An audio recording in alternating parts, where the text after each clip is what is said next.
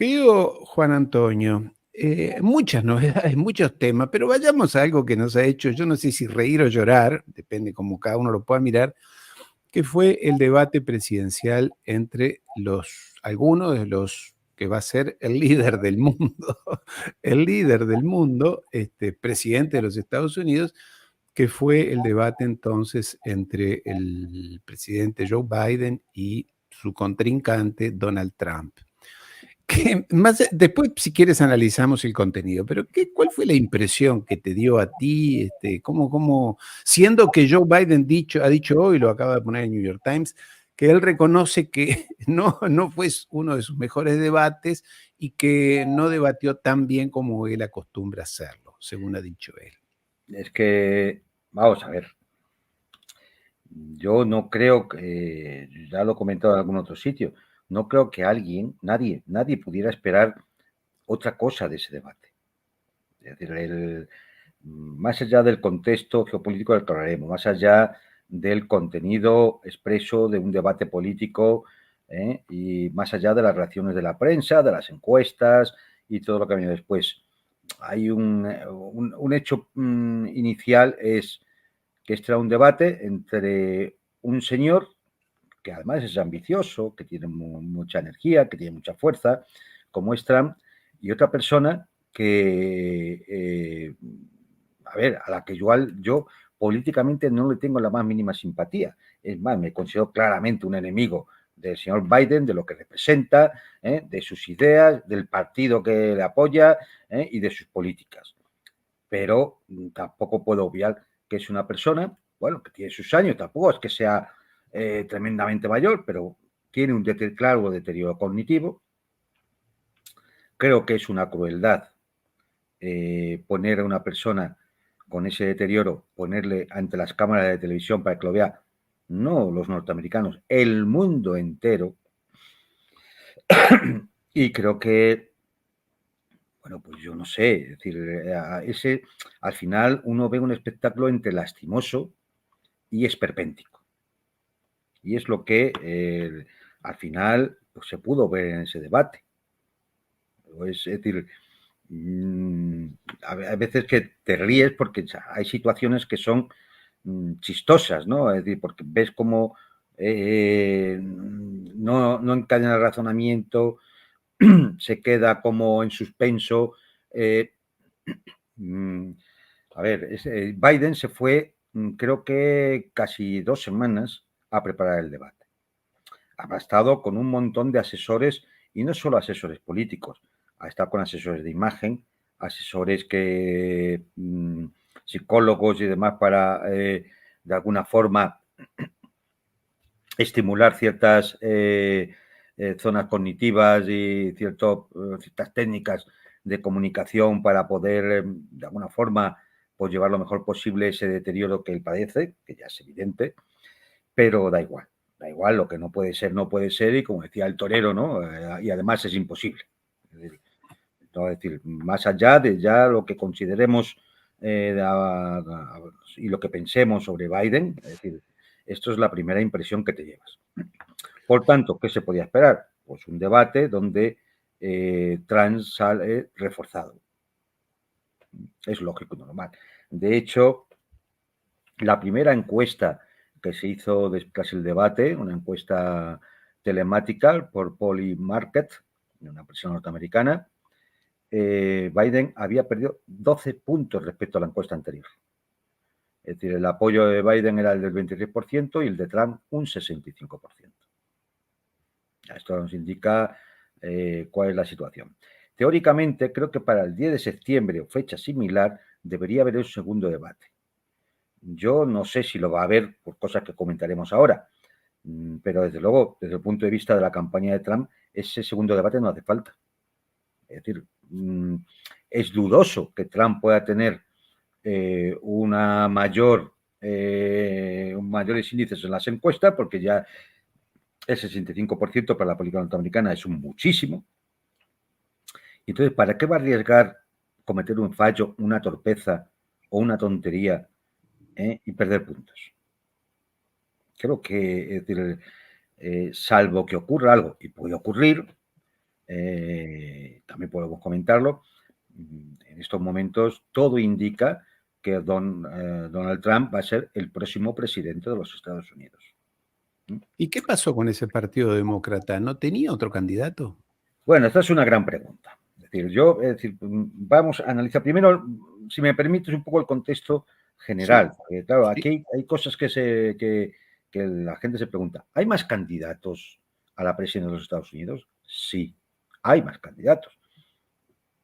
Quizás una vez descartados Trump y Biden, pues el siguiente en importancia podría ser Robert Kennedy. Sin embargo, en estas democracias tan tramposas que tenemos, a estos otros candidatos se los excluye. No Sí. se les da la oportunidad del debate en plano de igualdad con el resto de candidatos. Con lo cual, bueno, pues el mensaje a la población estadounidense es claro, tienes que votar demócrata o republicano o aguantarte. Los demás Optar, no elegir, optar. optar. Uno u otro. Claro, es decir, porque no te vamos a presentar otras opciones. Están ahí, de alguna forma, sobre todo en la era de las redes sociales y demás, pues bueno, pueden tener un cierto alcance, pero sabemos que es muy minoritario comparado con el alcance que suelen tener las grandes televisiones y demás. Dentro de este contexto también hay que decir que el debate se produce en la CNN. La CNN es un canal clarísimo de las grandes corporaciones del gran capital norteamericano que apoya a Biden y al Partido Demócrata. Eso hizo que las preguntas tuvieran un claro sesgo pro-demócrata. Es decir, va enfocada a determinados temas que les interesa a los demócratas sacar, como el tema del aborto o alguno de este tipo, porque ellos se sienten fuerte ahí frente a un Trump que es más impulsivo, más tosco y más. Con lo cual, yo creo que en ese sentido, pues digamos que Biden jugaba en casa y Trump era el que iba a casa ajena a jugársela, ¿no? Pero bueno, ni eso tampoco ha impedido el papel que ha podido hacer Biden, ¿no? Otro aspecto importante, es decir, y esto ya digo, es más general, no es tanto en concreto respecto al debate de ayer, sino que vino ocurriendo en este tipo de debates, en Europa se ve bastante, en España en concreto, que al final las contestaciones a los temas propuestos para debatir suelen ser vacías o histriónicas. Es decir, no hay realmente un debate político, hay un debate de insultos. Tú has hecho esto, pues anda que tú y tú más. Tú eres un corrupto, pues tú y más. Es decir, cuestiones vacías que no interesan a nadie, insultos personales, salidas de tono. Es decir, claro, todo esto evidentemente no ayuda al espectador a hacerse una idea política real de lo que se está debatiendo. Hay que decir que Biden, y este es un aspecto que sí es preocupante, porque indica la importante fractura social que hay en los Estados Unidos. Biden atacó a Trump no solo personalmente, sino que atacó también a sus votantes. Sus votantes pueden ser cerca del 50% de la población norteamericana, si no más, si tenemos caso de las encuestas actuales, más, ¿no? Pero al menos cerca del 50% de la población norteamericana. Tú no puedes decir que es que tus votantes son un peligro y que son unos nazis, porque estás creando una fractura social muy peligrosa. Y es que este es uno de los aspectos fundamentales en los que se enmarca este debate, en la fractura social de la política norteamericana. La fractura en lo político, en lo social, en lo económico, en lo cultural, incluso en el aspecto de los valores. Aquí se enfrentan dos concepciones claramente contrapuestas. Lo que pasa es que están muy entrelazadas por las características de la política norteamericana, que son partidos dirigidos o alimentados o basados en lobbies, todos muy dependientes de las aportaciones financieras que lógicamente no la hacen la clase trabajadora, las aportaciones financieras la hacen, claro, los grandes consorcios políticos, financieros, económicos, tecnológicos, industriales, de la energía, del complejo militar industrial, mediáticos, hasta Hollywood, ¿no?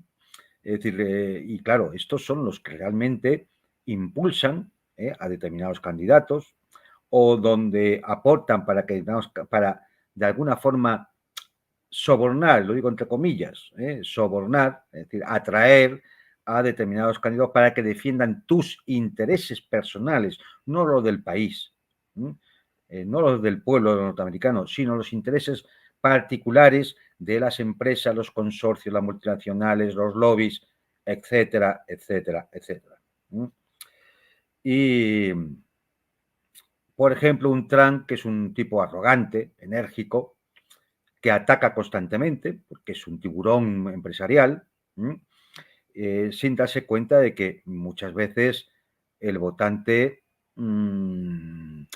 no es, con esos ataques no acaba por no escuchar respuestas claras.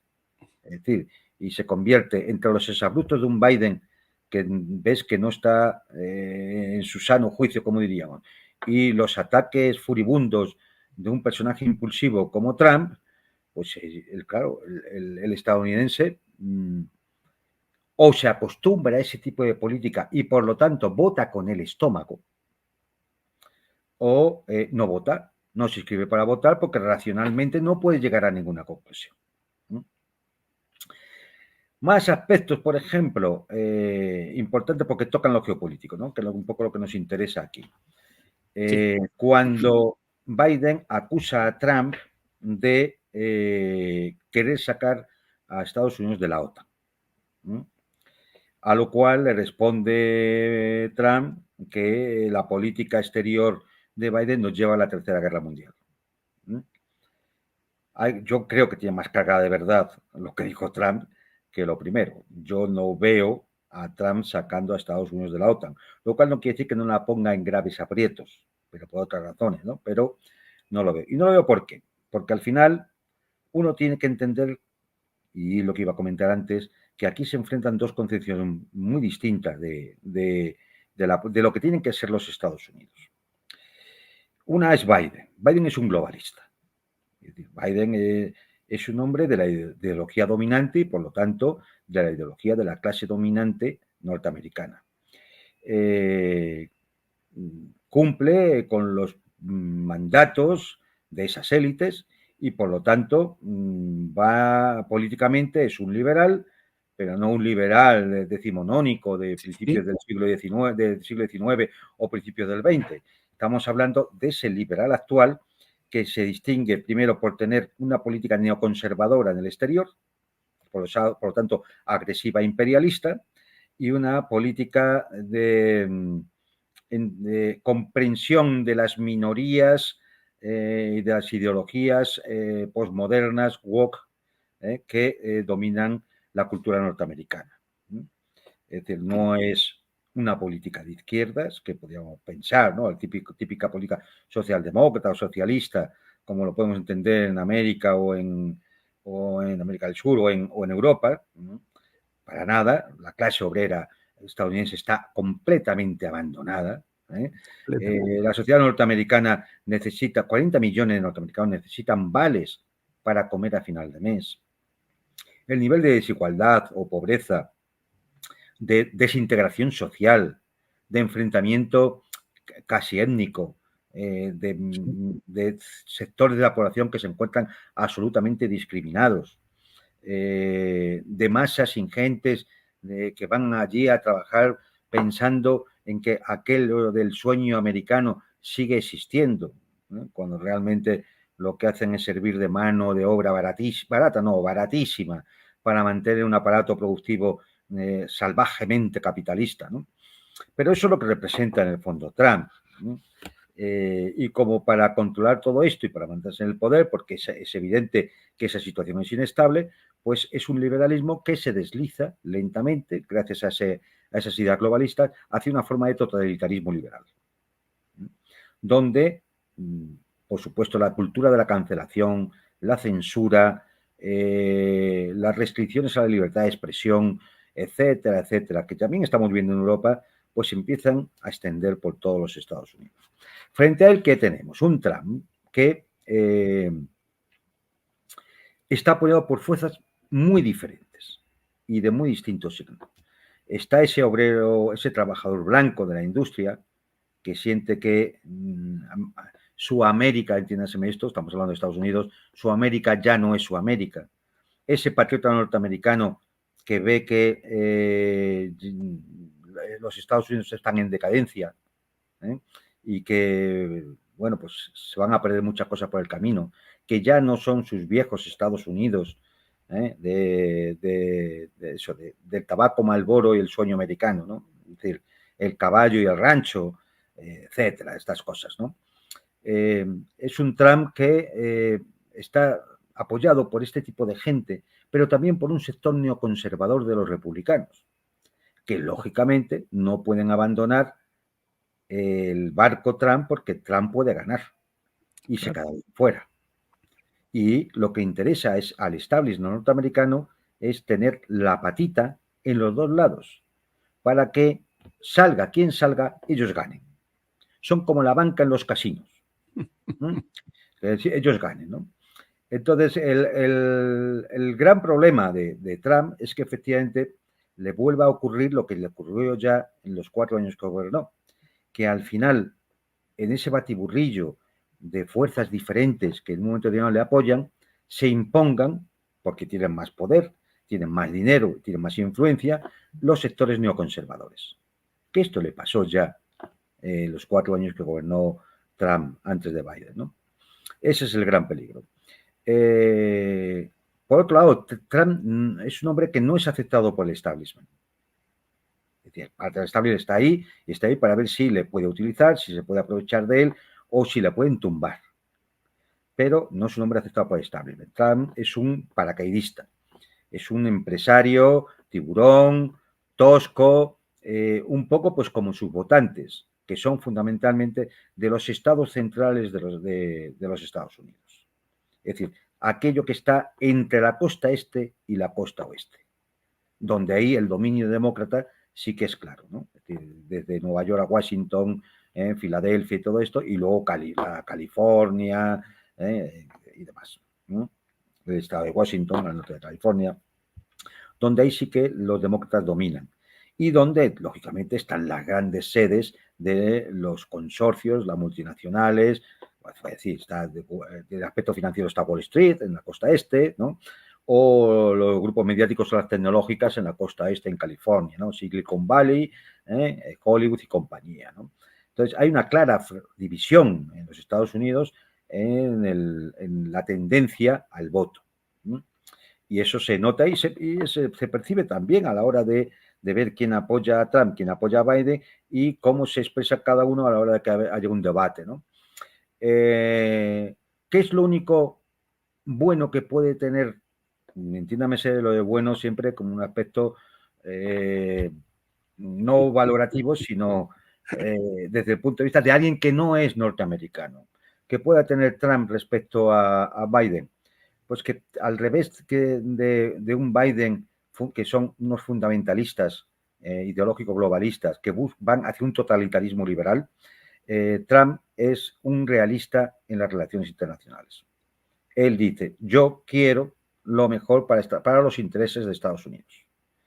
Y eso puede hacer que en un momento dado, pues empiece a ver que el tema de enemistarse con Rusia o de acabar una guerra en Ucrania no tenga ningún sentido. No beneficie para nada a los norteamericanos. Pero tú quieres decir con eso, José Antonio, que es menos sensible, menos sujeto a presiones por parte de los lobbies que tú mencionabas, empresarios, corporaciones, neoconservadores. ¿Es menos impresionable Trump? Es que Trump es más individualista. Trump es un hombre que bueno, pues se ha hecho a sí mismo, se ha arruinado, se ha levantado, es decir, está acostumbrado a hacer lo que le da la gana. Es un tipo bronco. Y por tanto, eso puede hacer que en un momento determinado sienta la presión de determinado lobby, por ejemplo, el tema de hay que mantener la ayuda a Zelensky. Ya vemos cómo trató en el debate a Zelensky como una especie de ladrón y de mercachifle, que luego va a pedir dinero. Es decir, ¿por qué? Porque él, si es lo que ve, y como está acostumbrado a hacer lo que le da la gana, porque es un hombre hecho a sí mismo, si es lo que ve, nadie le va a convencer de lo contrario. Eso puede ser una bendición en función de por dónde lo tome, y acabar con una guerra, o puede ser una tragedia porque se acabe obsesionando con otra cosa que nos lleve a otra circunstancia similar. Por lo tanto, Trump siempre será un misterio cómo va a reaccionar, pero, claro, hay ese peligro. ¿De quién se va a rodear Trump? ¿Se va a volver a rodear de elementos como los que tuvo en la legislatura que gobernó, que le acabaron llevando a salirse del tratado, por ejemplo, nuclear con Irán, a cometer el crimen contra el general Soleimani, a apoyar a Israel todas? Claro, El traslado de la embajada, ¿te acuerdas? Claro, es decir, se puede acabar metiéndose en fregados de ese tipo que no beneficiaron para nada a la política norteamericana. Vamos, es decir, de aquellos polvos vinieron los lodos actuales, de un Irán mucho más fortalecido, más independiente, más cercano estratégicamente a Rusia, China y a toda Eurasia, porque se sintió traicionado, no solo por Trump en aquel momento, también por la Unión Europea, que como auténticos vasallos fueron incapaces de mantener una postura independiente y razonable, ¿no? Es decir, lo de Europa es que como es incalificable, pues mira, dejo que los espectadores pongan cada uno el calificativo que más les guste, y se quedarán cortos, siempre se quedarán cortos. Sí. Bueno, Bueno, él no empezó porque ya las había empezado Obama más tímidamente, pero él definió que el enemigo era China y con claro, las claro. aranceles y demás. Y es que es verdad, desde el punto de vista geopolítico, si uno tiene en cuenta todas las variables, incluso una ley geopolítica que suele ser muy socorrida, que es el conocido dilema de Tucídides. Claro, quien realmente en estos momentos puede poner en peligro la hegemonía real norteamericana es China. Y por una razón muy sencilla, no porque tenga más armas nucleares, que esas las tiene Rusia. Es decir, no, es decir, quien puede aplastar nuclearmente a Estados Unidos es Rusia. Pero la hegemonía sí que la puede tener China. ¿Por qué? Porque al final el imperio norteamericano, el imperio anglosajón, está basado sobre la economía y en concreto sobre el poder del dólar. Si una potencia económica hace frente y socava ese poder económico y tecnológico, y además socava la herramienta principal de dominio que tiene el imperialismo norteamericano, que es el dólar, nada va a poder impedir no solo el ascenso de China, sino el colapso, la decadencia de ese imperio norteamericano. Cuando Trump decía lo de hay que volver a hacer a América grande, es porque Trump, que es un empresario, ve que la economía norteamericana prácticamente se fue quedando sin industria, se fue quedando sin producción real. Su nivel de calidad de los productos, miremos el asunto Boeing, por ejemplo, de los aviones, su nivel de calidad de los productos ha ido empequeñeciéndose, ha ido quedándose por detrás de la tecnología de países emergentes, en concreto de China. Es decir, ahora mismo, si no ha cambiado la cosa en las últimas 48 horas, va a tener que subir un cohete chino a rescatar a 2 astronautas norteamericanos que están en la Estación Espacial Internacional porque el módulo que tiene que volver se ha roto. O sea, es decir, es que este es el nivel. Y esto son pequeños síntomas que nos indican precisamente esa decadencia. Entonces, Trump, que ve como empresario, él piensa como lo que es decir, no nos hagamos tampoco ilusiones de otro tipo, él piensa lo que es, como empresario, dice, claro, si no producimos, no vamos a competir con esta gente. Si yo no hago un hotel, una torre más alta que la del otro, que el competidor, pues se va a llevar mis clientes. Esta es la forma de pensar de Trump. Es una forma muy pragmática, pero sí, por lo tanto, realista. Y en las relaciones internacionales, al final, los estados que buscan sus intereses, la postura realista es mejor porque va a buscar juegos de ganar, o al menos de ganar yo. Creo que pensará Trump, al menos voy a ganar yo. No juegos de perder, como puede ser una guerra nuclear de destrucción mutua, que es a lo que la locura enfermiza de los fundamentalistas totalitarios liberales como Biden nos está llevando. Y yo creo que en este marco es en el que se puede analizar ese debate, que tampoco da para mucho más, porque, ya digo, es decir, no hubo propuestas de política, nadie sabe, es decir, ayer no hubo ni una, ni tres, ni cinco, ni nueve propuestas políticas que fueran a hacer los candidatos si salían elegidos presidentes. Todos fueron insultos, ataques, diatribas, comentarios fuera de tono. Es el y tú más, no, tú eres un ladrón, pues y tú más. Es decir, entonces, bueno, pues el nivel es muy bajo, muy bajito. Sí, además no. Sí que hay que decir, y con esto creo que puedo acabar, sí que hay que decir que, por ejemplo, por primera vez hemos visto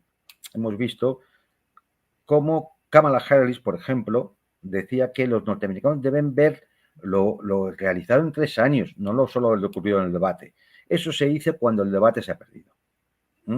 O, por ejemplo, como la prensa, la mayor parte de la prensa, que es prodemócrata, se ha dividido, porque claro, esto provoca una división en el Partido Demócrata. Se ha dividido entre los que piensan que Biden sigue en la lucha, como el New York Times o el Washington Post, y luego otros como la propia CNN, CBS y demás, o los Angeles Times, que lo que vienen a decir es que es necesario cambiar ya a Biden, porque con Biden no se va a poder ganar las elecciones. Y entonces hay que buscar el candidato alternativo. ¿Y quién sería? La cuestión del candidato alternativo es que yo empiezo a pensar que ya no hay tiempo. Entramos en el verano. Y tras el verano quedan 2 meses para las elecciones norteamericanas. Son en noviembre, el 1 de noviembre. Es decir, septiembre y octubre. Eso va a dar tiempo a fabricar, porque en Estados Unidos los candidatos se fabrican. Es decir, ¿da tiempo a fabricar un candidato? Pues es muy dudoso. ¿De quién podrían tirar? Kamala Harris No, mejor dejamos a Biden. Sí, no da la talla, y para eso es mejor dejar a Biden. Y no solo da la talla, también tiene sus problemas. Sí, claro. Creo que además comparte un problema con Zelensky, que no voy a citar aquí, pero que algunos se lo pueden imaginar. Sí, sí. Luego tenemos a Michelle Obama. Pero claro, la mujer de un expresidente es que es poco serio. Eso es típico de republiqueta o monarquía europea, donde se hace el chanchulleo, ¿no? Para que salga von der Leyen, es decir, estas cosas, ¿no? Es decir, bueno, de eso vamos a hablar también, pero claro, es poco serio, ¿no? es poco Hay serio. por ahí también el gobernador de California, pero el gobernador de California le han pillado en asuntos de corrupción. Sí, sí. Bernie Sanders, ni soñarlo. El establishment no lo aceptaría nunca. Nunca. Además ya está muy grande. Robert Kennedy lo han echado, poco menos. No, claro. Es decir, Sí. Y además es un hombre, para ellos es un antisistema, es un pro-ruso, es un pro-chino, es un pro-todo. No. Con lo cual, realmente, ¿quién tienen para poner, para sustituir a Biden? Pues sí, seguramente podríamos encontrar a alguien valioso, pero será desconocido. Y si es desconocido en una política espectáculo como la norteamericana, ya no hay tiempo de fabricar. Además necesita juntar dinero. Recuerda, Juan Antonio, que en los Estados Unidos es todo con dinero. Todo con dinero, claro. Es decir, de hecho, uno de los triunfos que se decían estos días de Trump es que por primera vez ha superado en recepción de donaciones para la campaña a Biden, ¿no? Exactamente. Es decir, hasta en ese punto también Trump empieza a ganar, ya empieza a tener más fondos económicos que Biden. Y luego hay un aspecto también que no debemos dejar atrás. El debate se produjo de madrugada en hora española, me imagino que en hora americana sería más o menos la noche. 9 de la noche. Y esta mañana abrió la bolsa de Nueva York. La bolsa de Nueva York ha ido contenta. Sí. No ha dicho, no ha pensado en ningún momento que, Dios mío, viene Trump, la catástrofe. Con lo cual, de alguna forma, el capital norteamericano, o parte del capital norteamericano, empieza a dar mensajes de aceptación o al menos resignación de que tendrá que ser Trump el próximo presidente de los Estados Unidos. Ahora, ¿en qué ha sido malo Trump? Si acá no nos vamos a poner a defenderlos y no es el tema tampoco que queremos prolongarlo demasiado, pero él es un hombre del sistema, es un niño bien de Nueva York, es un poco insolente en su estilo y demás, pero es propio de quien es él, como tú lo has dicho. Es un niño rico de Nueva York, vivió toda la vida en Nueva York siendo el heredero de una familia. Tiene todas las características del emprendedor inmobiliario de Nueva York, tramposo, quebró 4 veces, le mintió a los bancos, en fin, lo que hacen todos los empresarios. Vamos a decir que los empresarios se bañan en agua bendita todos los días. Es un hombre que muy animoso con las señoritas de compañía. por ejemplo, pero no está en la red Epstein, no está en la red Claro, Epstein, por más que lo quieran poner. Porque él es un paracaidista, él no es de la élite. Claro. Claro, él no es de la élite. Él es un hombre que ha tenido suerte, que es habilidoso, como efectivamente, como es eso, tramposo, farfullero de los negocios, es habilidoso, es un tipo de éxito, pero él no es de la élite. Él no se puede codear, no le dejan ni siquiera que se pueda codear con la élite. Y eso que ha intentado, pues fíjate, el matrimonio de su hija con el sionista Kushner, ¿no?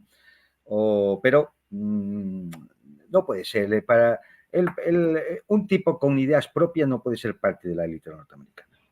Aunque estas ideas propias sean disparatadas, ¿no? Y no estemos de acuerdo para nada con ellas, pero no puede ser de la élite norteamericana, no puede ser del establishment, no puede pertenecer al Estado profundo. ¿Qué hizo mal Trump en la vez anterior? Pues algo que le voy a hacer mal ahora. Y es, él dijo que venía a drenar el pantano. ¿Nos acordamos de aquello? Sí. O sea, él es consciente de quiénes son los poderes ahí en la administración norteamericana, quién gobierna de verdad. Y él venía a drenar el pantano. Pero claro, ¿qué hizo? Reunirse de un equipo que en parte venían de los neocons de la época de Bush hijo. Y luego, y otros que eran pues un poco disparatados. Steve Bannon, por ejemplo, ¿no? Es decir, personajes un poco, pues, es decir, pues que si él es un paracaidista, los otros ya, es decir, inaceptables para la élite, estos ya eran una especie de outsiders y lo mismo puede haber salido de la milicia de Michigan que de un bar de moteros tejano. ¿No? Es decir, un personaje que no. Y entonces, claro, cuando tú te rodeas de esa gente, el general Flynn, por ejemplo, que no era precisamente otro amado por la élite, tú te rodeas de esa gente, tú tienes que tener en cuenta que te van a hacer la batalla. Y te van a hacer la batalla internamente. Y te la van a hacer, no te van a hacer un juego limpio. Y entonces empezaron con el Russia Gate. Llegaron a decir cosas impresionantes. Es decir, van a decir cosas como, por ejemplo, que Putin tenía grabaciones suyas en hoteles en Moscú, con señoritas de compañía, y cosas así, ¿no? Es que, pues bueno, todo esto que fue un montaje británico, llevado por los servicios secretos británicos. ¿Por qué? Porque esa élite que no aceptaba a Trump, no aceptaba la victoria de Trump, pues hizo de Londres una de sus bases de operaciones. Y desde Londres se dirigieron gran parte de las diatribas contra Trump, a los que él fue incapaz de contestar. ¿Por qué? Porque en el fondo, de temas políticos en profundidad, es un profundo ignorante. Yo no sé si en estos años habrá mejorado, si habrá aprendido. Pero creo que ha acumulado odio más que otra cosa. Más que otra cosa, ¿no? Me lo temo. Entonces, pero eso es un profundo ignorante. Y entonces no se daba cuenta, él no entendía muy bien lo que pasaba en el mundo. Cambridge Analytica, ¿no? Claro, sí. Él no entendía muy bien lo que pasaba en el mundo. Luego, como es tan tosco, pues cuando ve lo que va pasando en las elecciones, pues puso todo patas arriba, pero sin tener las cosas atadas, para poder demostrar o llevar a los tribunales a quien fuera. Es decir, todo muy chapucero, pues como el típico empresario de la construcción. Es que y hotelero y de casinos, además. Claro, todo es un chapucero, ¿no? Entonces, es decir, y yo creo que esa fue, el gran error de él fue no sabiendo cómo era el pantano, no enfrentarse a él desde el primer momento, no cambiar toda la cúpula de la CIA. Tenía que haber cambiado toda la cúpula de la CIA, tenía que haber cambiado toda la cúpula del FBI. primero, hazte con el aparato de seguridad del Estado. Que es el verdadero Estado profundo, Claro, ¿no? y luego, porque ahí están las ramificaciones, ¿Sí? porque de ese aparato de seguridad hay una ramificación que va al complejo militar industrial. Y hay otro que va al complejo tecnológico, ¿no? La Big Techs. Es decir, si tú no le haces frente a eso, tú que eres un pobre, por muchos millones que tengas, eres un pobre desgraciado, que has llegado ahí por pura suerte, ¿eh? Porque tienes dinero, te van a liquidar, te van a liquidar. Y una de las cosas que posiblemente puede ocurrir de aquí a las elecciones es que el Partido Demócrata, que no tiene a nadie para sustituir a Biden, piense que a lo mejor hay que hacer algo para evitar que Trump llegue. Lo han intentado con el tema judicial, Claro. pueden intentarlo provocando una fractura social y disturbios que acaben llevando a parte de la población norteamericana a sentir miedo de la desestabilización. Puede llegar incluso hasta el atentado. No sería la primera vez en la política norteamericana que algo así ocurre. De hecho, Robert Kennedy, el padre, Sí. pues acabó siendo candidato a la presidencia de Estados Unidos con varios balazos en un hotel. O sea, que no es la primera vez que ocurre. Y su hijo ha dicho que lo mató la CIA, ¿no? Efectivamente. Entonces, bueno, pues puede ocurrir que haya algo, que ocurra algo para que Trump no se pueda presentar a las elecciones. Puede ocurrir. Puede haber algún tipo de movimiento extraño, incluso, vamos a decirlo claramente, puede haber trampa en las elecciones. Es decir, que haya un pucherazo electoral. Puede haberlo, porque hay estados, hay condados donde por muy poquitos miles de votos cambia el sentido del voto. Y esos condados pueden ser fundamentales para que un estado determinado cambie el sentido. Y como el sistema es mayoritario, si a un estado le corresponden 3 congresistas, los 3 van a caer o del lado del republicano o del lado demócrata. Quien tenga la mayoría. Entonces, darle el vuelco en 2, 3 o 4 estados puede significar perder la mayoría y perder las elecciones. Entonces, todas estas cosas pueden ocurrir. Así que, bueno, pues yo creo que el verano va a estar calentito. Empezaremos en septiembre ya prácticamente en la campaña electoral, porque las elecciones son en noviembre, y a esperar. Pero sí hay que decir una cosa. Estas elecciones son muy cruciales, son muy importantes. Y son muy importantes porque ya sabemos el camino que lleva Biden. Y el camino que lleva Biden no nos gusta un pelo, porque es el camino hacia la guerra. ¿Cuál es el camino de Trump? No lo sabemos. Ahí está, esa es la pregunta. ¿Y tú crees No que lo sabemos. Trump va a cumplir lo que dijo en aquel momento? Yo lo llamo por teléfono a Putin y en 10 minutos resolvemos esta guerra y yo me dedico a ir por China, a por China. Yo creo que, a ver, él intentará lo de Putin, seguro. Es más, si puede llegar al punto de que le dé la completa victoria a Rusia para que él salga en televisión diciendo que América es ganado otra vez porque ha ganado la guerra a Rusia. Porque este es el tramposo Trump. Claro. Efectivamente, lo puede hacer. Irse contra China, pues depende de cómo le sacan las negociaciones. Claro, él va a intentar, efectivamente, él va a intentar que China no le gane. Es decir, va a competir claramente con China. Pero es un empresario en el sentido, es un empresario como lo conocemos en el sentido de que, a ver, un juego en el que lo puedo perder todo sin posibilidad de reponerme, eso no es un juego que un empresario vaya a hacer. Es decir, ir a la guerra mundial para perderla o con el riesgo de perderla y perder todo, eso no es un juego que yo vaya a hacer. Y ganar poco, además, porque no se Claro, sabe claro. qué Es ganaría. decir, a él lo que le gustaría seguramente sería un acuerdo con China ventajoso, donde de alguna forma obtuviera una ventaja económica, aunque la ventaja estratégica se la llevara a China. Pero como él, en el tema de la política exterior y la geopolítica, ya digo, no le veo que entienda nada, y porque es lo que nos enseñó en esos 4 años que gobernó, pues es posible que él intente, bueno, pues de alguna forma sacar algunas ganancias que él pueda presentar con gran éxito, porque ya sabemos, él ha sido el mejor presidente que ha tenido los Estados Unidos, lo dijo en el debate, y él querrá volver a ser el mejor presidente que tenga los Estados Unidos. ¿Y eso qué significa? Pues que Estados Unidos gane algo, que Estados Unidos se posicione bien. Y posiblemente en un mundo multipolar, aunque él no lo entienda, en un mundo multipolar, si consigue que Estados Unidos tenga una posición, ya no a lo mejor la hegemónica, aunque él seguirá diciendo que es el país más grande de la Tierra y la potencia más grande de la historia de la humanidad, aunque él lo siga diciendo, pero puede intentar de alguna forma sacar a algo que permita mantener esa posición, ese discurso, ese relato, y pasar a la historia, porque en el fondo un ególatra como Trump es lo que quiere. Es decir, claro, Trump no hace esto por dinero, tiene todo el dinero que necesita. Trump no hace esto por entrar en la alta sociedad. Él sabe que no va a entrar. Él siempre seguirá siendo Trump, el tramposo, el de las pilinguis, el no sé qué.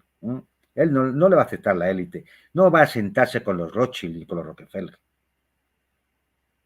Ahora, sí, parece totalmente lógico lo que tú dices. Además, él como empresario, esto de hacer América grande, tiene, más allá del eslogan publicitario que en sí lleva, tiene un trasfondo. Él dice, yo quiero que vuelvan las industrias a América, a Estados Unidos, quiero que la industria nuestra sea más competitiva. Él, recordemos que él no le debe su vida a las finanzas, como sí se la deben el resto de sobre todo los demócratas, que como tú decías, sobre todo en Nueva York, le deben todo a Wall Street, al negocio financiero. Él es un hombre más vinculado a los Estados Unidos profundos en el sentido popular, donde al redneck, ¿no? Que le dicen ellos, que está más vinculado al trabajo, a la manufactura. Entonces, por eso él dijo siempre durante su gobierno recuperar industrias hacia Estados Unidos, traerlas de China de vuelta. Obviamente que las industrias no volvían allí, las que más cerca se ponían eran en México. Bueno, por lo menos tenerlas más cerca. Él no ve, creo yo, ningún negocio estratégico para Estados Unidos la guerra con Rusia. Ninguno. ¿Qué tenemos que hacer nosotros?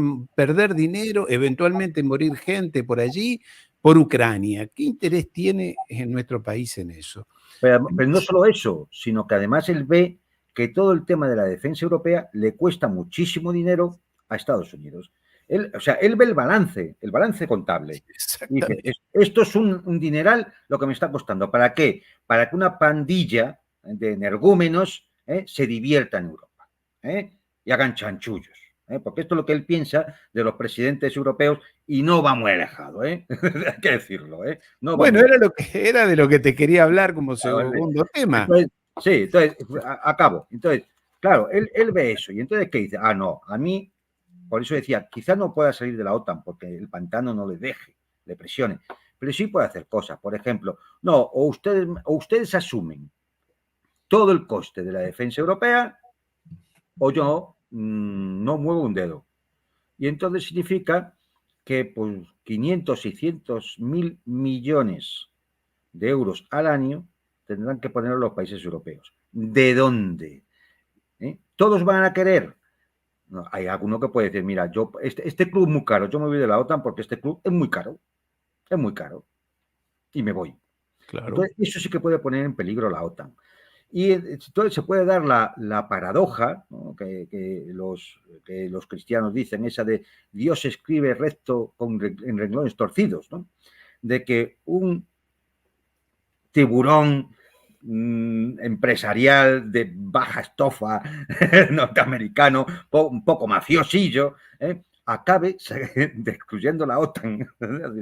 Eso podría ocurrir, efectivamente, ¿no? Es decir, y en ese sentido, oye, bienvenido fuera, porque uno de los grandes problemas que tiene la humanidad en estos momentos es que hay una alianza militar que sigue las directrices globalistas del totalitarismo liberal y puesta a imponer a sangre y fuego en todo el mundo su modelo económico, social, político, cultural, etcétera, etcétera, ¿no? Y eso sí que es un peligro para la unidad completa. Yo lo repetí en un programa esta misma tarde, la OTAN es un peligro para la paz mundial. Es un auténtico peligro para la paz mundial. Y los ciudadanos europeos que pertenecen a países de la OTAN tienen que ser conscientes de esto. Y lo más sano que pueden hacer es presionar y apoyar a aquellos grupos políticos que busquen, en primer lugar y por encima de todo, salir de ahí. Y luego ya, mira, hay muchas políticas para hacer. Y unos serán más progresistas, otros menos, unos serán más estatistas, otros más liberales, unos serán más conservadores y otros más de otro tipo. Da igual, eso ya lo discutimos después. Pero es que el problema es que ahora mismo toda Europa está encorsetada, ¿m?, bajo el correaje militarista de la OTAN, dispuesta a incendiar el continente en otra guerra mundial. ¿Y qué has visto tú de los debates en torno a las elecciones europeas con este tema? Porque yo los vi a todos muy globalistas, muy otanistas, Mm. en todos los países y de todos los partidos políticos, incluida la temida, la temida ultraderecha francesa. Cuidado con Le Pen, que es ultraderecha y se va a salir de todos los organismos. Pero yo Sí, los vi no, a todos muy atlantistas. absolutamente. Bueno, ¿qué es lo que pasa fundamentalmente ahora mismo? Pues que se están repartiendo la tarta. Y en el reparto de la tarta, todo el mundo intenta colocarse de alguna forma que pueda llevarse un cacho, aunque sea pequeño, ¿no? Por ejemplo, la señora von der Leyen ha cometido una torpeza terrible, dejando fuera, vamos, discriminando, echándola por la puerta a la señora Meloni. ¿Por qué? Pues porque la señora Meloni quiere un trozo de la tarta. Claro. Y entonces, pues a lo mejor se cabrea la señora Meloni y decide que no vota por Ursula von der Leyen y su equipo. ¿Mm? Es decir, porque... Recordémoslo a presidenta de la Comisión Europea, ¿no? Sí, exactamente. A la presidenta de la Comisión Europea. Entonces, bueno, realmente ha sido un espectáculo dantesco lo que hemos visto, ¿no?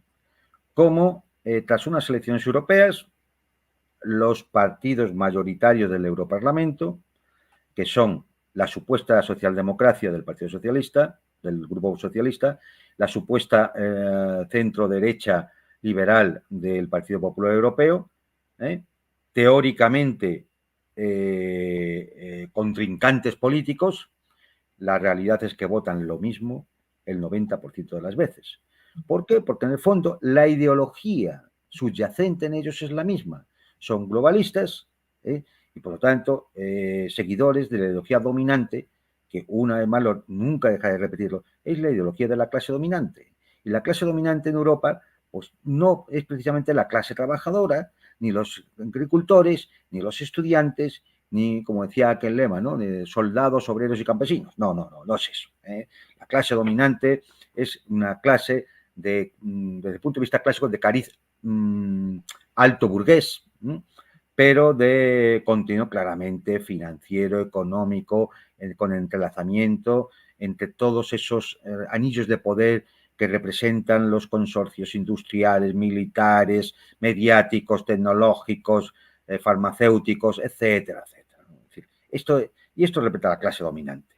Entonces, claro, llega el momento de que hay que repartir la tarta política, porque hay mucho dinero en juego en esa tarta política, y todos quieren un cacho, y todos intentan adaptarse para ver cómo consiguen ese cacho. Cuando no se consiga ese cacho, volveremos a una Le Pen diciendo que esta Europa no sé si merece la pena, a una Meloni diciendo que se acabó la inmigración como sea, porque la han dejado fuera, y en el fondo es porque en gran parte comparten esa ideología globalista, pero además se les discrimina porque son la extrema derecha o cosas por el estilo, ¿no? Entonces, bueno, pues, pero el espectáculo dantesco ha sido de ver cómo estos dos grandes grupos se repartían no se repartían, designaban los cargos, es decir, los comités ejecutivos del Grupo Popular Europeo y del Grupo Socialista designaban los cargos con los cuales se va a gobernar la Unión Europea. Y entonces no podemos saber a un personaje corrupto y siniestro como Ursula von der Leyen que puede volver a salir y ser presidente de la Comisión Europea. Y aparentemente va a ser. Recordemos que está acusada ella y su marido con los negocios de aquí y todo eso, ¿no? No lo digas, que nos censuran. No lo digo que nos censuran, pero casos gravísimos de corrupción. Bueno, esta señora, Ministra de Defensa en Alemania. claro, y la señora Katia Kallas, la primera, ex primera ministra de Estonia, una señora decididamente y claramente antirrusa, No, fanática. pero ya no es que fanáticamente antirrusa, pero además belicista. Sí, sí, sí. Es decir, le dan la diplomacia europea a un personaje que no sabe lo que es la diplomacia, que solo sabe soltar exabruptos, que gobierna en un país donde se conculcan los derechos humanos porque se discrimina una parte de la población como es la población rusófila. Es decir, gobierna en un país que no es un país, que es un lavadero de dinero y de dinero mal habido. Es decir, entonces, y a esta señora le dan el cargo de llevar la diplomacia europea. Es que, es decir, ahí te das cuenta lo incomprensible de todo el tema, ¿no?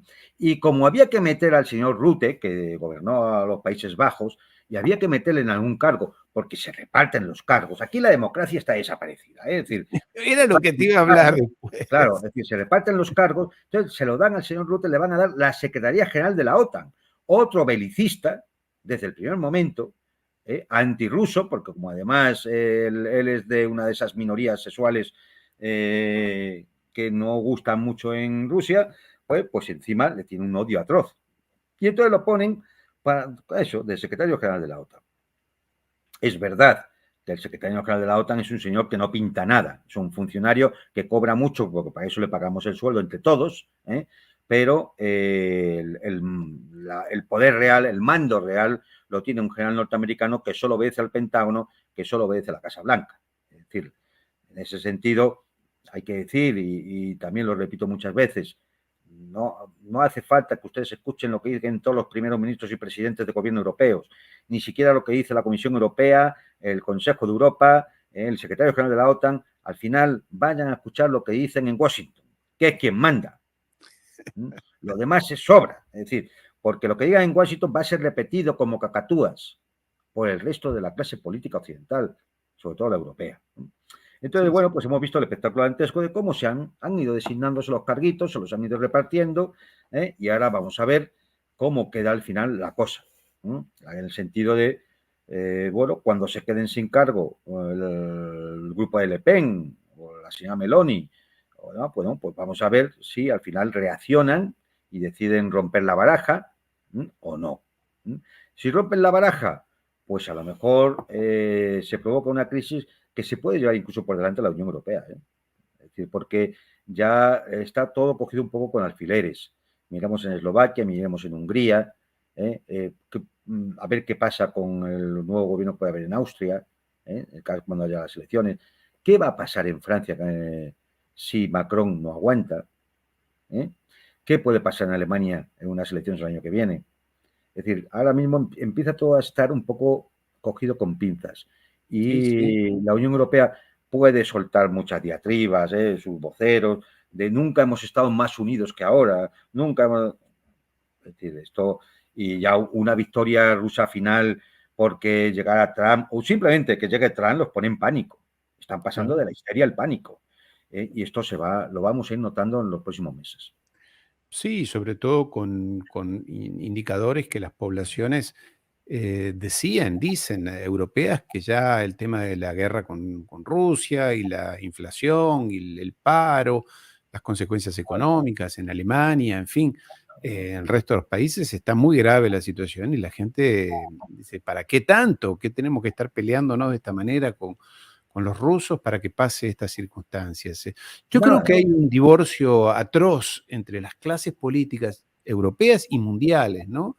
Porque yo ayer veía a estos dos señores, Trump y yo, he vivido unos cuantos años en los Estados Unidos y tampoco es que los conozco, pero no, uno sabe que esas dos personas no tienen nada que ver con la realidad cotidiana Nada. de los ciudadanos. Claro, a ver, aquí hay una gran fractura horizontal, ¿no? Que es la que se produce entre unos políticos y otros, con sus respectivos intereses, y entonces pues veis eso, un Biden-Trump, veis una Le Pen-Macron, o puedes ver una Meloni con Draghi, ¿no? Es decir, o aquí un Feijóo con Pedro Sánchez, ¿no? Es decir, esa Sí. fractura entre, digamos, más de política clásica, ¿no?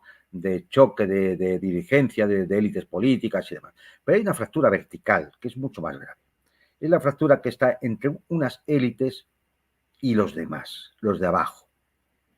Y esa fractura se ha ido abriendo cada vez más. Precisamente por todo eso, porque si aumenta la desigualdad, lo sienten más los de abajo. Si aumenta la inseguridad, lo sienten más los de abajo. Si la economía no va bien, quien lo siente son los de abajo.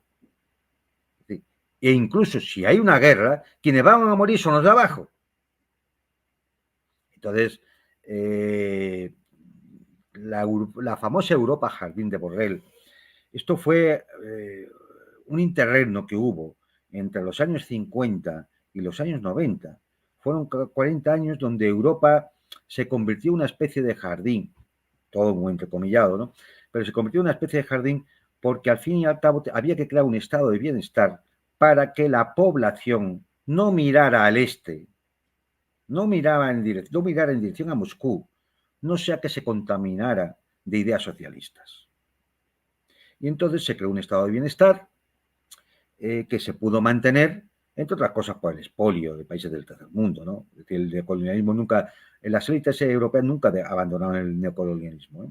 Entonces se pudo mantener por eso, entonces de la mesa caían las suficientes miguitas de pan para que la población europea se sintiera más o menos acomodada, feliz. Había una medicina más o menos universal, una educación más o menos universal, una cierta capacidad de conseguir un nivel de vida aceptable, el pisito, un coche, podías ir de vacaciones, sobre todo si eras nórdico o centroeuropea, podías venir a España, a las playas. Es decir, claro, nunca las poblaciones habían disfrutado de ese nivel de vida, de ese bienestar social que daba ese estado de bienestar, ¿no? Como se le llamaba.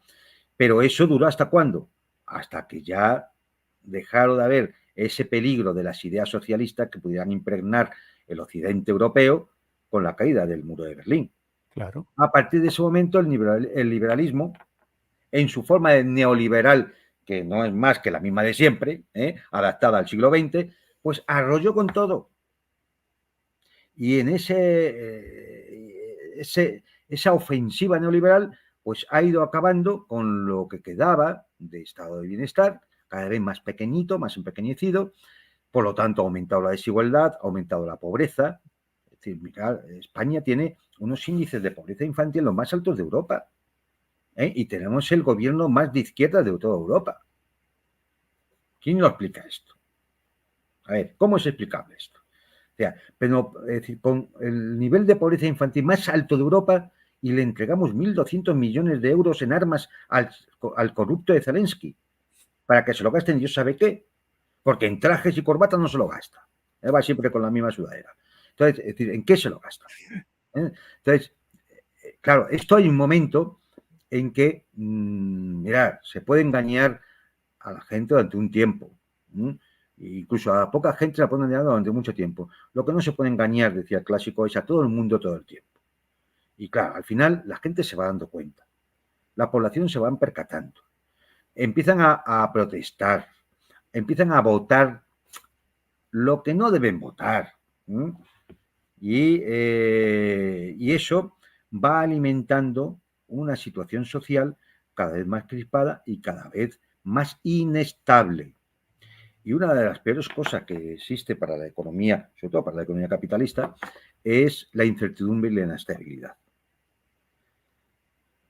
Aumento de costes, planes disparatados como la Agenda Verde, aumento de la incertidumbre y de la inestabilidad, pues con una desigualdad creciente, pues que se cumplen todos los factores necesarios para que esto acabe mal. Y es que lleva el camino de acabar mal.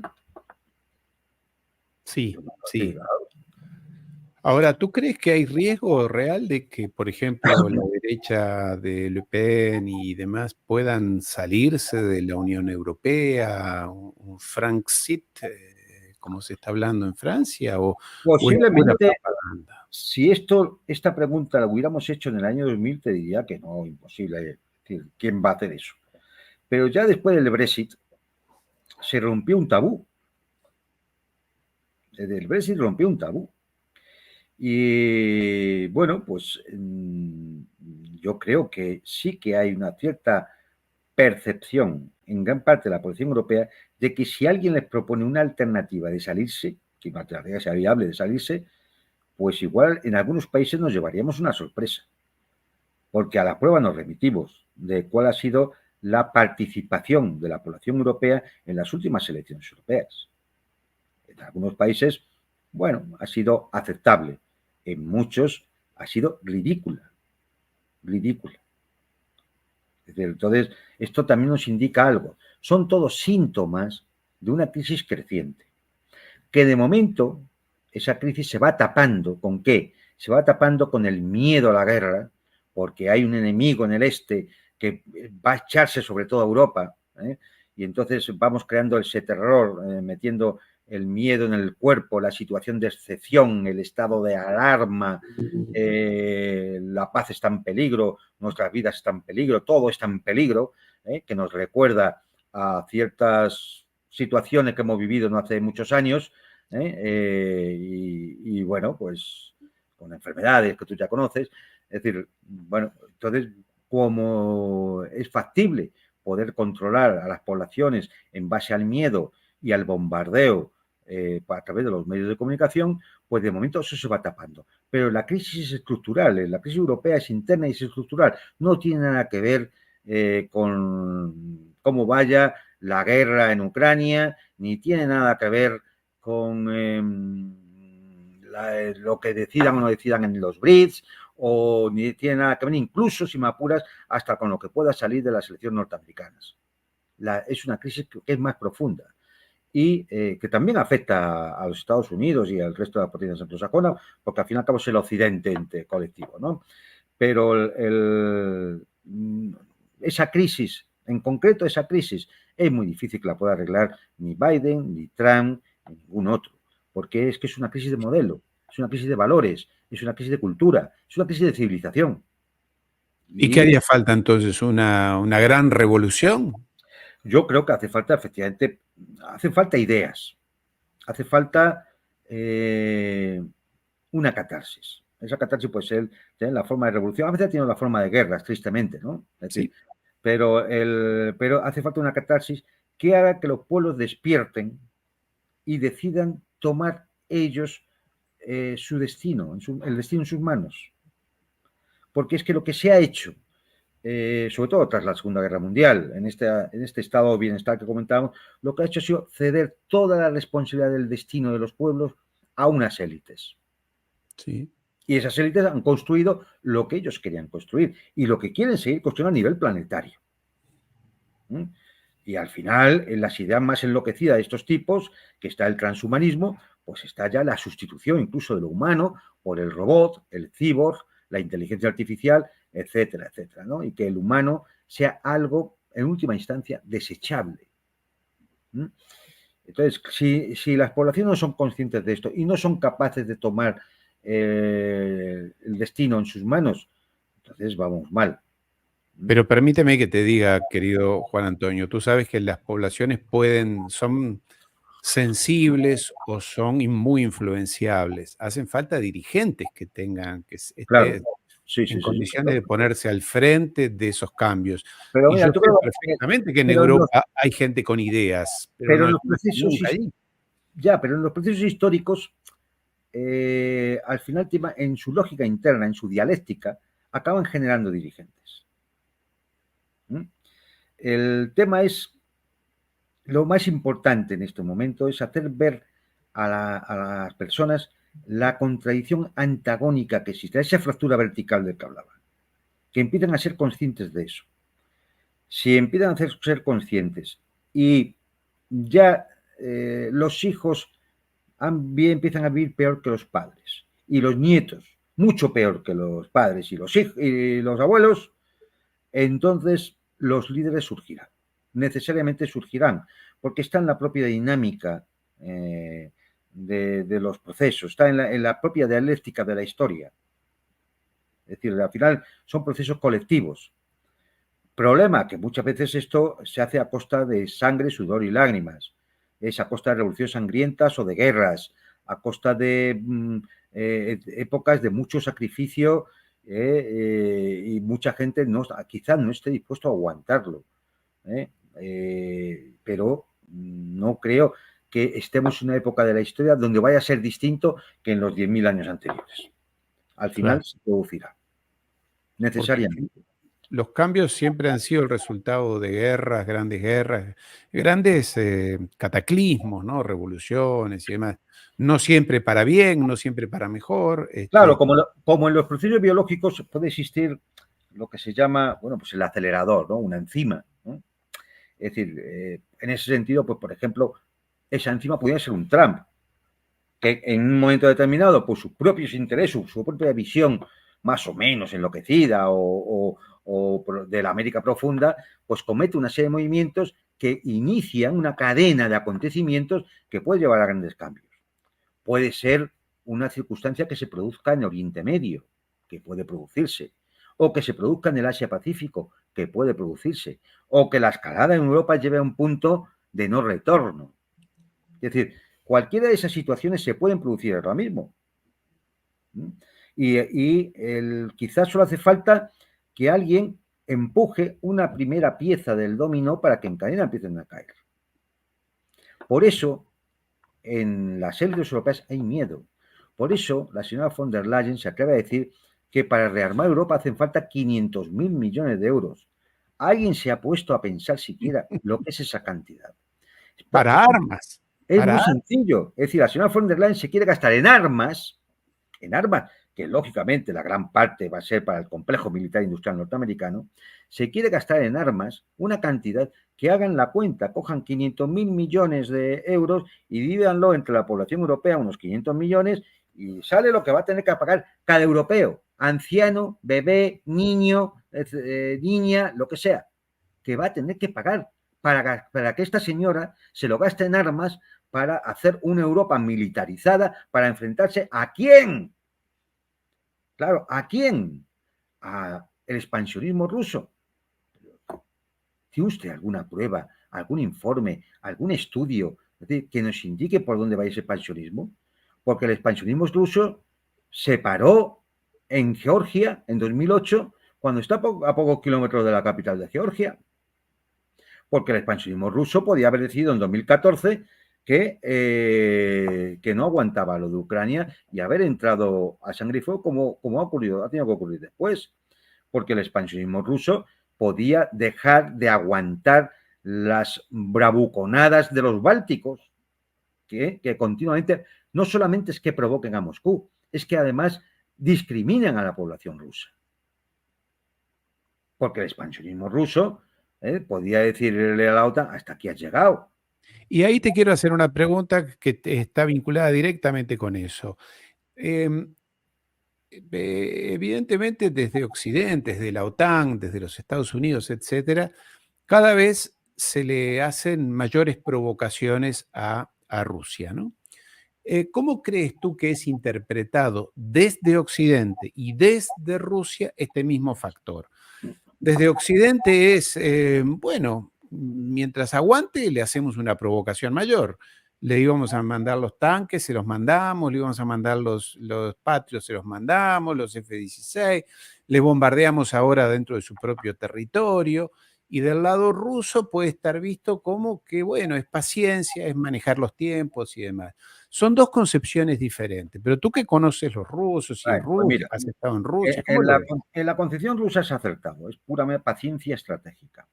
¿Por qué? Porque el Estado Mayor ruso, el Estado ruso está dirigido primero por un tipo muy cerebral, como es Putin, pero es que los que están alrededor de Putin, quitando a Medvedev, que se le calienta la boca y está dispuesto a tirar para adelante, los demás, Nikolai Patrushev, Brusov, Diumin, son tipos muy cerebrales.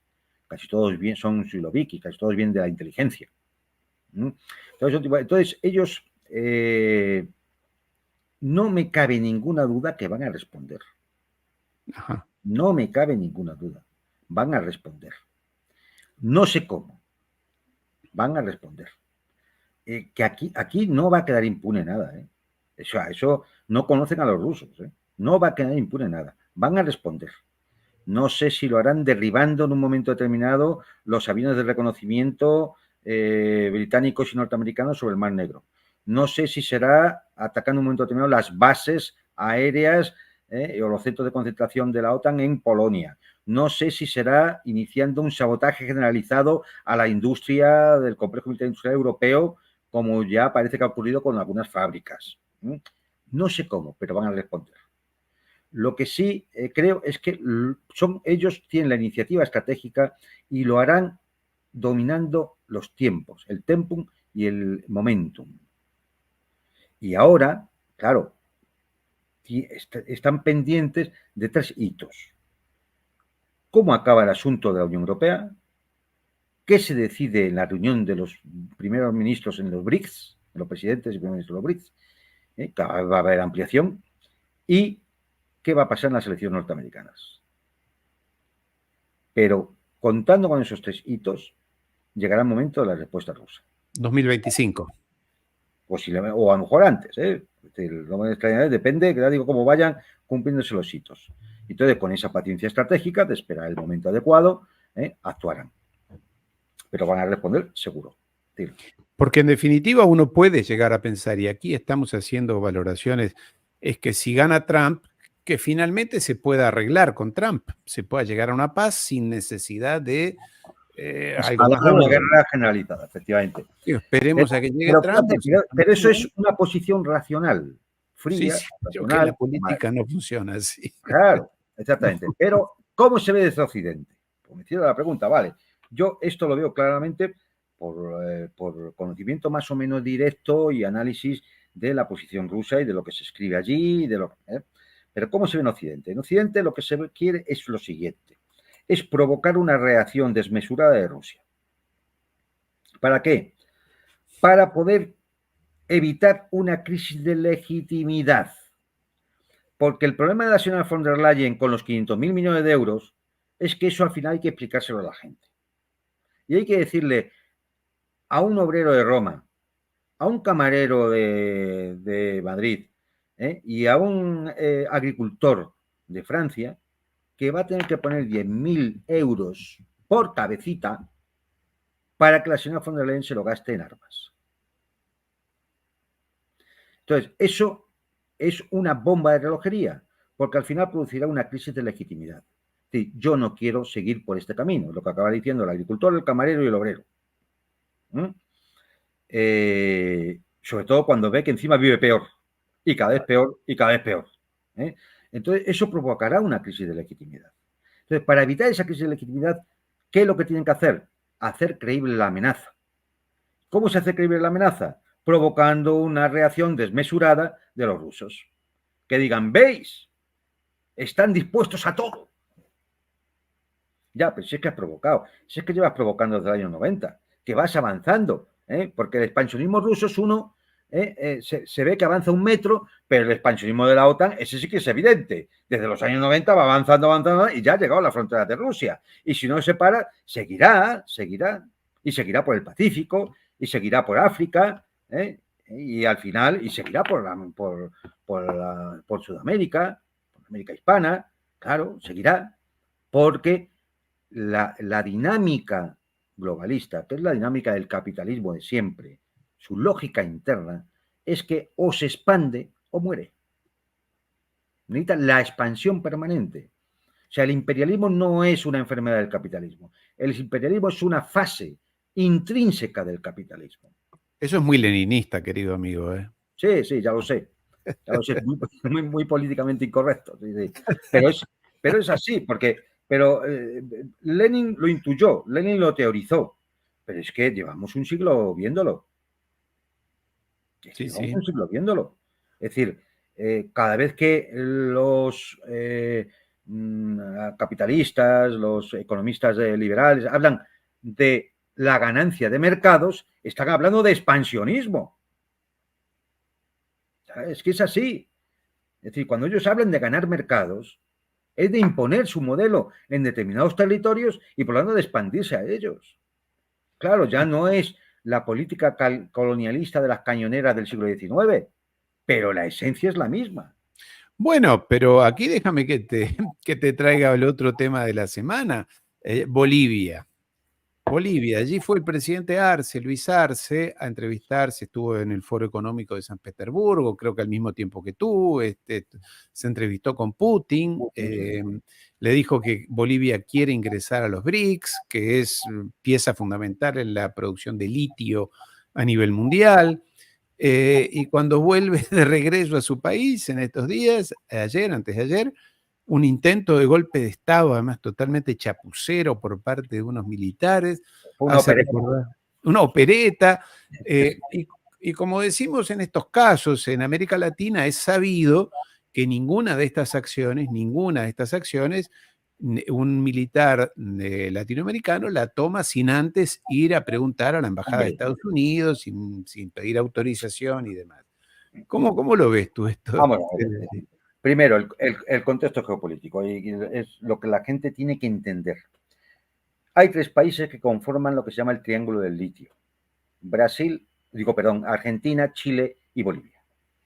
Bolivia tiene 1/3 de las reservas de litio del mundo. Por lo tanto, es un pivote estratégico ahora mismo, geoeconómico, geoestratégico.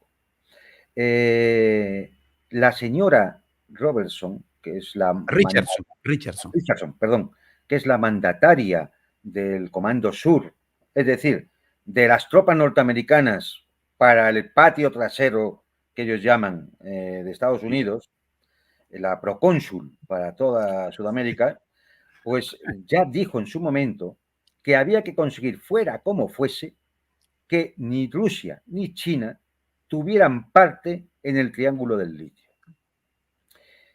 Lamentablemente, con Milei tienen controlada Argentina.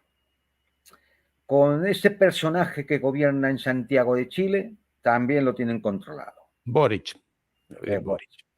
¿Qué queda? Queda la parte gorda, la del 1/3 de la producción mundial de litio, de las reservas, que es Bolivia. Y entonces, bueno, pues lo que pueda pasar en Bolivia va a venir marcado por eso. Si además hay acuerdos con China empresariales, si además hay acuerdos con Rusia incluso para llevar adelante un programa nuclear pacífico de energía nuclear en Bolivia, y una fábrica de baterías de litio, no llevarse el litio a Rusia o a otro país, sino montar la fábrica en Bolivia, que es el acuerdo llegado con Rusia, saltan todas las alarmas. Ahí saltan todas las alarmas. Entonces, bueno, pues posiblemente han calculado mal, pensaban que con hacer la opereta, pues esta vez les iba a salir tan bien como les salió cuando Evo Morales, y entonces, pues nada, pues lo intentan, ha fracasado. Lo cual no quiere decir que no lo vayan a seguir intentando. Claro, pueden haber fracasado esta vez, pero... Es decir, el mensaje ahora mismo a la población boliviana es alerta, alerta porque lo van a seguir intentando. Porque hay un factor geopolítico que es fundamental, y es ese litio no puede estar en manos del BRICS. Y van a intentar evitarlo de todas las formas posibles. Sí, ¿y tú crees que Estados Unidos pudo haber tenido algo que ver con esto? No, seguro. Okay. Absolutamente convencido. Pero vamos a ver, aunque el generalote este de opereta que hizo lo del otro día no hubiera pasado por la embajada norteamericana, que lo dudo, aunque no hubiera pasado, vamos a ver, la inteligencia norteamericana, estoy seguro que tiene antenas suficientes puestas en un triángulo tan crítico como ese de Argentina, Chile, Bolivia. Y la inteligencia norteamericana tiene que haber tenido conocimiento previo de lo que iba a ocurrir. Con lo cual, o ha habido complicidad o ha habido dejar hacer. Es decir, complicidad por acción o complicidad por omisión. Pero es evidente que a la embajada norteamericana no le interesaba para nada ni la decisión del pueblo boliviano, ni la democracia boliviana, ni nada por el estilo. Es decir, por lo tanto, la complicidad, seguro, aunque sea complicidad por intereses, aunque sea deja hacer que esto nos interesa, Eso es complicidad también. Es decir, no ayudar a un país con el cual mantienes relaciones, etcétera, etcétera. Es decir, no ayudar a hacer frente a una acción claramente ilegal e inconstitucional indica un grado de complicidad. Ya te digo, Ahora, tú déjame, suponiendo que el señor general no tomara algún que otro whisky en la embajada norteamericana, lo cual es dudoso. lo cual es altamente probable. Ahora déjame que haga una paralelismo, pero dado que Europa tiene, porque como tú decías, la señora Richardson, Laura Richardson, generala del ejército de los Estados Unidos, comandante del cuerpo de ejército que corresponde a América Latina, con su sede en Miami, tiene un poder impresionante. Ahora, pero Europa tiene la sexta flota en Nápoles y tiene miles de soldados en diferentes lugares. España tiene 3 bases militares. ¿Tú crees que allí los políticos, antes de tomar alguna decisión, o como pudo haber sido Tejero en aquel momento, 1981, no consultan a la Embajada de Estados Unidos? No Mira, sé, está en Nápoles, ¿no? mira, el caso español, por ejemplo, de aquel año, hay que tener en cuenta que estamos hablando de 1981, el mundo cambió desde entonces, ¿eh? El mundo cambió. Pero en aquel caso, los militares españoles que intentaron aquella operación no consultaron con la embajada americana, pero la embajada americana dejó hacer. Dejó hacer, ahí está. Dejó hacer. La situación era muy distinta y Sin duda. además era un golpe, voy a decirlo claramente, era un golpe preparado desde arriba. ¿Por el rey? Era preparado, sí, había que legitimar la monarquía y Sí. sin duda alguna el jefe del Estado y la élite política del momento, incluidos los actuales partidos, estaba al tanto del golpe de Estado. Y lo que se pretendía era un cambio de rumbo para tener controlado claramente el régimen que surgía tras la muerte del general Franco. Es decir, era lo que se llamó la Operación de Gaulle. Operación diseñada por 2 analistas de inteligencia hoy Centro Nacional de Inteligencia, entonces Centro de Estudios Superiores de la Defensa, es decir, el Servicio de Inteligencia. 2 militares que además llegaron a ser jefe del Estado Mayor del Ejército los 2 como premio por haber diseñado toda la operación de Gaulle. Esto no es la historia oficial, pero esto si un día quieres hacemos un programa Sí. y mostramos efectivamente qué fue realmente aquello. Yo no sé si esto le puede interesar mucho a nuestros amigos de América, ¿no? A los españoles un poco más, pero lo que sí es seguro es que la embajada americana dejó hacer, porque también tenía información al respecto.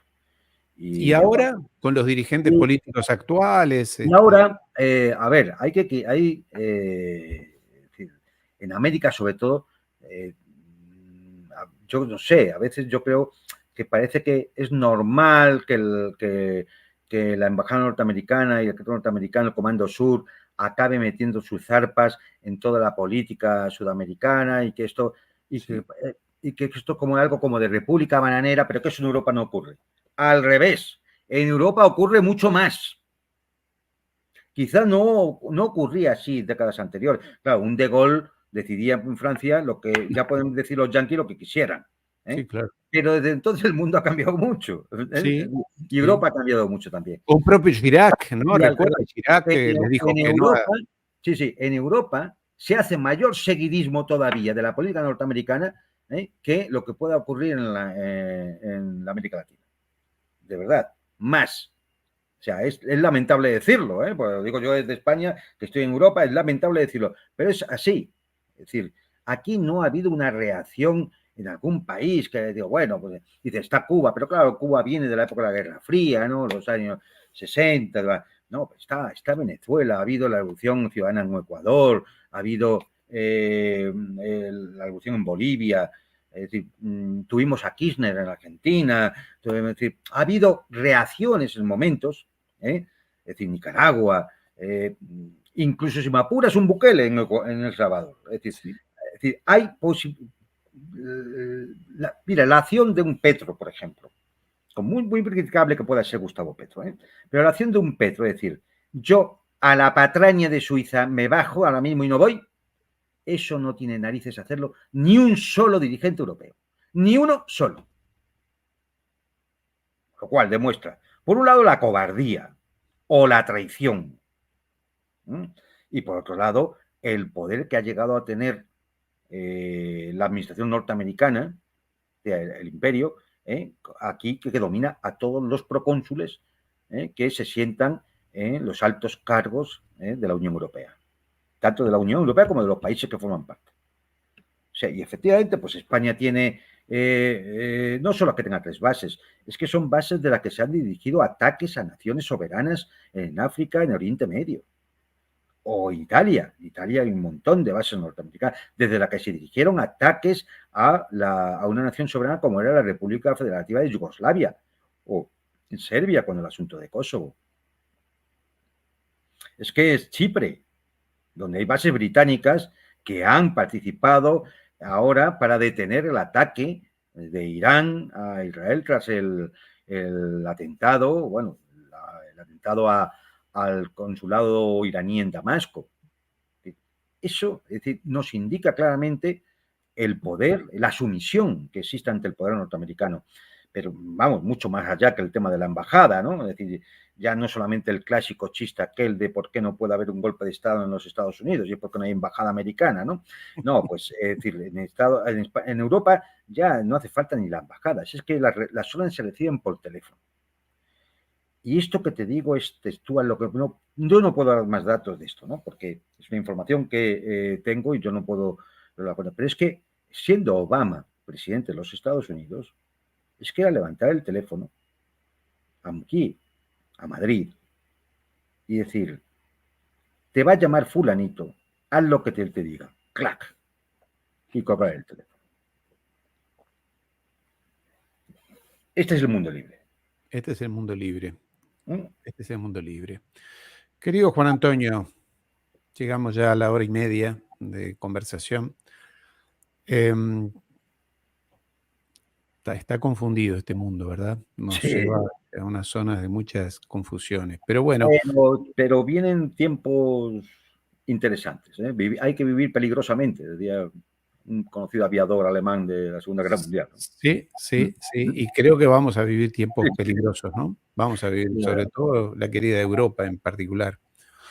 Querido Juan Antonio, nos vemos el domingo, como previsto todos los domingos. ¿Estás o estás de viaje? Tengo un compromiso y entonces no lo sé. Como hoy estamos aquí, quizá el domingo nos vamos a repetir mucho. Bueno. Me comprometo con, si hubiera algo que nos hiciera eso, busco una urgencia especial.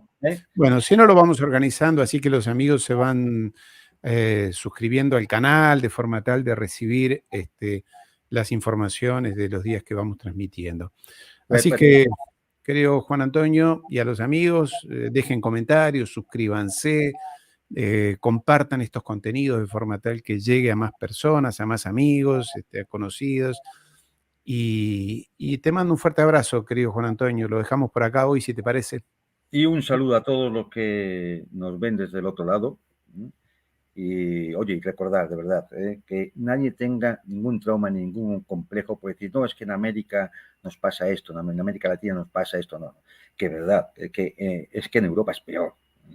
Es duro decirlo, pero es que es peor. Sí, es duro decirlo. Es duro escucharlo, sobre todo porque uno tenía la imagen de aquella Europa, ¿no? Queridos amigos, un abrazo, ha sido un placer, Juan Antonio, un gusto como siempre. Entonces, salvo que pase algo, que a veces uno casi mejor reza para que no pase. Claro. Nos vemos la semana que viene. ¿Vale? Un saludo, amigo.